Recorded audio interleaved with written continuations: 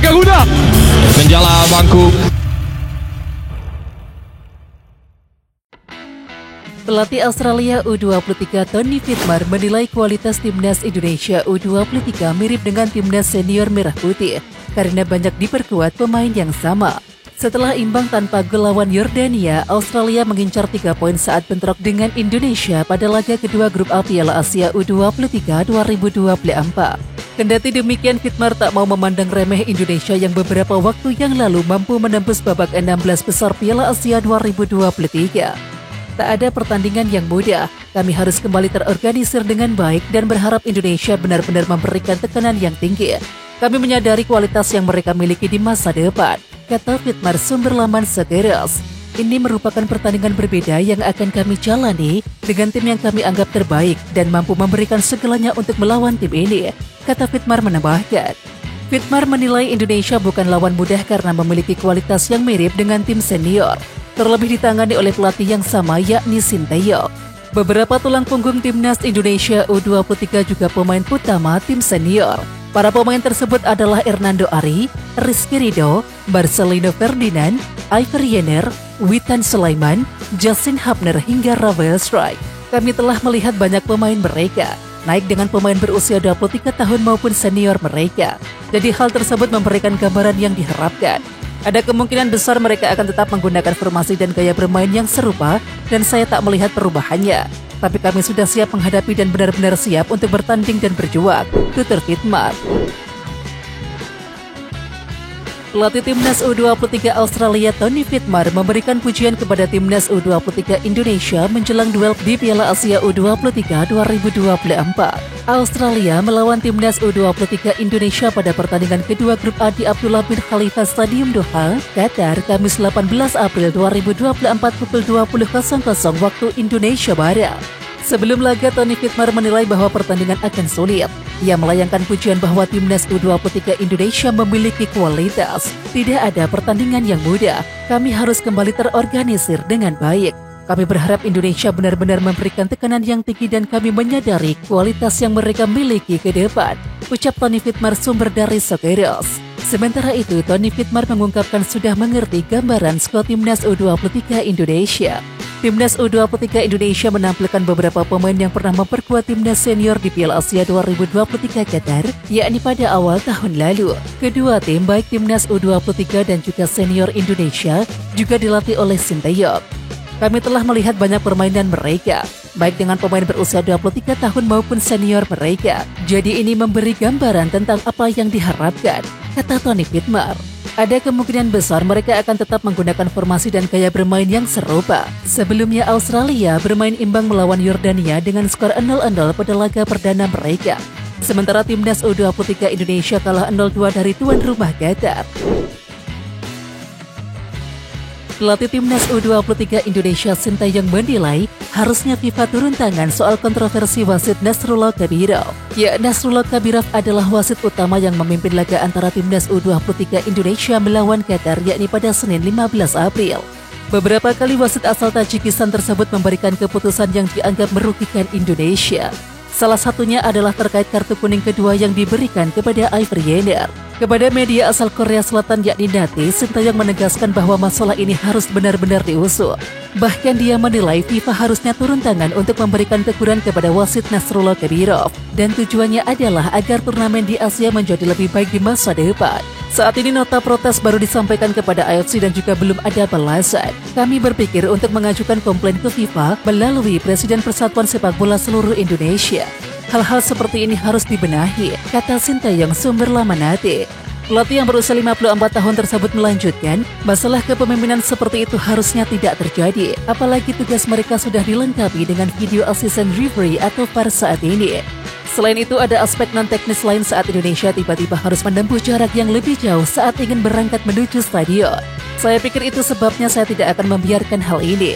Saya tidak berpikir ini harus terjadi lagi, ujarnya. Sementara itu, manajer timnas U23 Indonesia Endri Irawan menjelaskan bahwa pihaknya sudah mengirimkan surat protes ke AFC. Dalam laporan tersebut tidak hanya wasit utama, wasit Persipakorn Udom juga menjadi sasaran. Wasit asal Thailand tersebut dianggap lalai dan juga membuat Indonesia akhirnya dirugikan. Kisah Martin Paes yang makin semangat belajar bahasa Indonesia meski proses naturalisasi belum kelar. Proses naturalisasi pemain kelahiran 14 Mei 1998 ini masih tersendat peraturan FIFA ayat 2. Peraturan tersebut berbunyi pesepak bola bisa berganti tim nasional atau federasi jika berusia di bawah 21 tahun saat kali terakhir membela negara pertamanya, baik di level junior maupun senior dalam pertandingan resmi. Dan sayangnya Martin Paes pernah membela timnas Belanda U23 saat ia berumur 22 tahun. Dan momen itu terjadi pada ajang kualifikasi Piala Eropa U21 2021 yang lalu. Namun proses naturalisasi yang mandek tak membuat Martin Paes kehilangan semangat untuk segera berstatus warga negara Indonesia. Kiper 25 tahun itu bahkan semakin semangat untuk belajar bahasa Indonesia. Terbaru, Martin Paes terlihat tengah belajar bahasa Indonesia di akun Instagram pribadinya. Martin Paes tengah mencoba sebuah aplikasi terjemahan yang menampilkan percakapan berbahasa Indonesia. Dan unggahan itu pun memancing netizen untuk berspekulasi. Tidak sedikit yang berharap keseriusan Martin Paes belajar bahasa Indonesia merupakan titik terang dari proses naturalisasi sang pemain yang tengah mandek. Sekedar diketahui proses naturalisasi Martin Paes sendiri sudah dimulai pada awal 2024 kemarin. Berkasnya bahkan sudah masuk bersama dua pemain keturunan yang lain yakni Tom Haye dan juga Ragnar Oratmangun. Dan mereka berdua telah melakukan debut bersama timnas Indonesia di kualifikasi Piala Dunia 2026 zona Asia kemarin. J.Itzis terpesona menyaksikan langsung lemparan jarak jauh spesial milik Pratama Arhan. Pemain yang berdarah Amerika Serikat Indonesia itu memuji sejumlah pemain timnas Indonesia, mulai dari Rizky Ridho, Egy Maulana Fikri, Witan Sulaiman, Asnawi Mangkualam hingga Pratama Arhan. Namun penampilan Arhan yang paling mengejutkan Itzis, terutama soal kelincahan Arhan dalam melakukan lemparan jarak jauh. Saya juga harus bilang Arhan, dia bermain di luar Indonesia juga, dan lemparan dia sangat luar biasa. Saya juga sudah tahu sebelumnya karena saya sudah lihat pertandingan Piala Asia dan lainnya, ungkap J.Itzis dalam interview di YouTube Yusa Nugraha. Pertama saya pikir apakah lapangan terlihat kecil karena lemparan dia sangat jauh. Dia bisa melempar ke gawang tanpa bolanya menyentuh tanda. Jadi saya pikir itu adalah senjata dan kemarin dia masuk di pertandingan pertama juga, ujar J.Itzis menambahkan. Itzis lebih lanjut mengaku terkejut ketika menyaksikan lemparan Arhan melakukan lemparan jarak jauh yang kencang bak tendangan umpan silat. Iya, saya menyentuh sedikit. Saya tahu lemparannya bakal jauh. Saat dia lempar saya pikir, wow jauh sekali ya. Pertama Ridho yang loncat dan aku di belakangnya, dan saya menyentuhnya sedikit saja. Setelah itu bolanya kena pemain belakang lawan terus jatuh di depan Egy, dan dia bisa tendang dengan mudah. Tur J.Itzis menceritakan kronologi gol Egy ke gawang Vietnam. Sementara itu dalam karirnya Itzis mengaku belum pernah melihat pemain memiliki lemparan jarak jauh seperti Pratama Arhan. Dulu saya sudah lihat lemparan dia, tapi saya belum pernah bermain dengan pemain yang bisa melempar sejauh itu. Lemparan dia sangat jauh. Itu kualitas, tentu itu sangat keren untuk dilihat. Dia juga pasti latihan untuk bisa melakukan itu.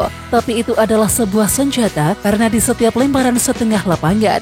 Lemparan itu seperti tendangan bebas karena bolanya bisa saja masuk ke gawang, ujar Itzis. Di samping itu dengan hadirnya J.Itzis membuat pertahanan timnas Indonesia makin solid. Indonesia pun naik 8 tingkat ke ranking 134 dunia usai meraup 2 kemenangan atas Vietnam di kualifikasi Piala Dunia 2026.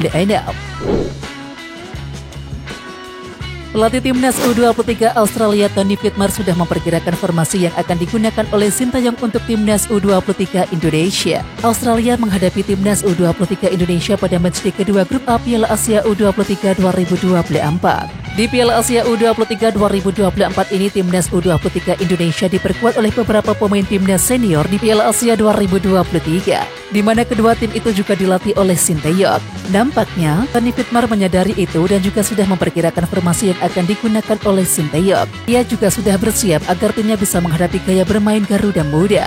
Kami telah melihat banyak permainan mereka, baik dengan pemain berusia 23 tahun maupun senior mereka. Ada kemungkinan besar mereka akan tetap mempergunakan formasi dan gaya bermain yang serupa. Saya tidak melihat hal itu berubah. Lebih lanjut, ia berbicara soal rotasi pemain karena pendeknya jarak antar pertandingan. Ini adalah perubahan haluan yang cepat. Tidak semua pemain bisa menjadi cadangan. Jadi kami akan melihat apa yang menurut kami merupakan cara terbaik untuk memulai permainan, ujar Tony Whitmer. Itulah pentingnya memiliki 23 pemain Anda, ujarnya. Whitmer juga memastikan semua pemainnya fit dan siap melawan timnas Indonesia.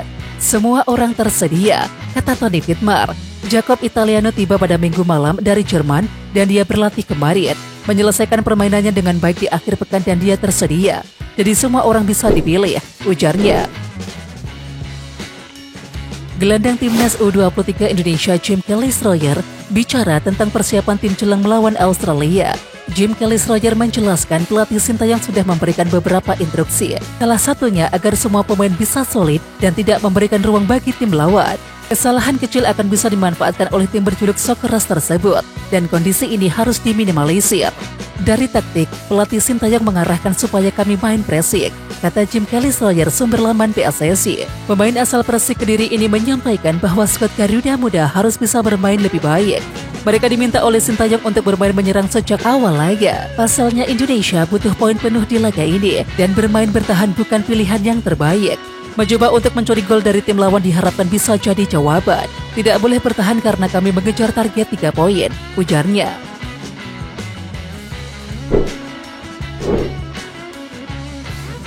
Oke Timnas Lovers, siapa kita? Kita Indonesia. Ayo kita dukung terus sepak bola tanah air Indonesia.